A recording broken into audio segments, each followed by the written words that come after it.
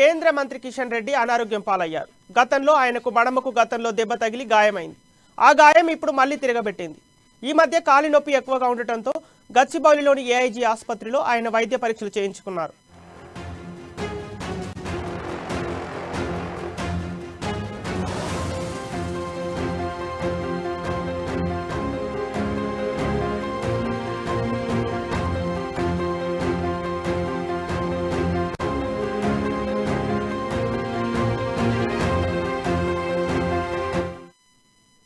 X ray అనంతరం కిషన్ రెడ్డి మడమ వద్ద ఎముకలో పగుళ్లు ఉన్నట్లు వైద్యులు గుర్తించారు. వెంటనే వైద్యులు కాలి మడమ వద్ద పట్టి కట్టారు. ప్రస్తుతం కిషన్ రెడ్డి ఢిల్లీలో ఉన్నారు. అంతకుముందు 2 రోజుల క్రితం మునుగోడులో బీజేపీ అభ్యర్థి నామినేషన్ కార్యక్రమంలో కేంద్ర మంత్రి కిషన్ రెడ్డి పాల్గొన్నారు. భారీగా తరలి వచ్చిన అగ్ర నాయకత్వం, కార్యకర్తలు, అభిమానులతో కలిసి కోమటిరెడ్డి ర్యాలీగా బయలుదేరారు.